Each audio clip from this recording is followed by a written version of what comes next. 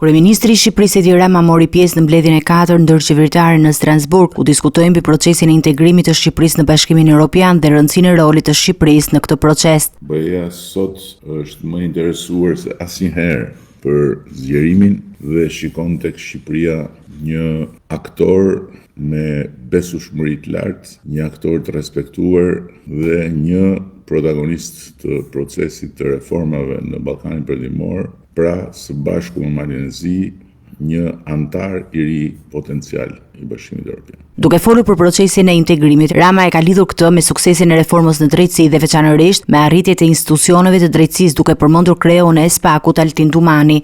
Është një burr i Zoti, është një burr i ndershëm me integritet, prej shumë vitesh në sistem. E kishte dëgjuar ti ndonjëherë Altin Dumanin që ekziston ose ekziston? Aty ishte Altin Dumani prokuror. Kishte thirrur ndonjëherë Altin Dumani ndonjë njeri me pushtet. Nuk do kishte kurrë këtu të tilla gjëra nëse nuk do isha këtu unë të zyrë dhe Partia Socialiste në qeveri. Kurrë. Altin Dumani, ky burri me që po flet ti tani, që e shikon në ekran, atë shpatën ja mori ja dorëzoi drejtësisë. Altin Dumanit me kompani. Një tjetër çështje e ndjeshme që Rama komentoi ishte dhe statusi non grata i Sali Berishës, një vendim që është i vendosur nga Shtetet e Bashkuara të Amerikës. Pyet të tjerët. Se më thanë që dhe Latifi kishte thënë për non gratën, nuk di çfarë të them. A do hiqet, as do hiqet.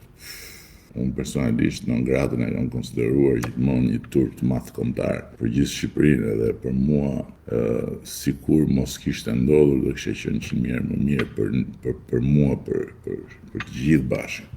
Po kjo historia që do hiqej në janar, do hiqej në shkurt, do hiqej në mars, do hiqej në prill, ta shohim. Mos më qani hallin mua. Kryeministri Rama ka folur hapur për këtë çështje dhe ka apeluar për një qasje më konstruktive ndaj zhvillimeve politike dhe integrimit evropian, duke theksuar se reformat dhe angazhimi i Shqipërisë janë të rëndësishme për të ardhmen e vendit dhe për marrëdhëniet me Bashkimin Evropian.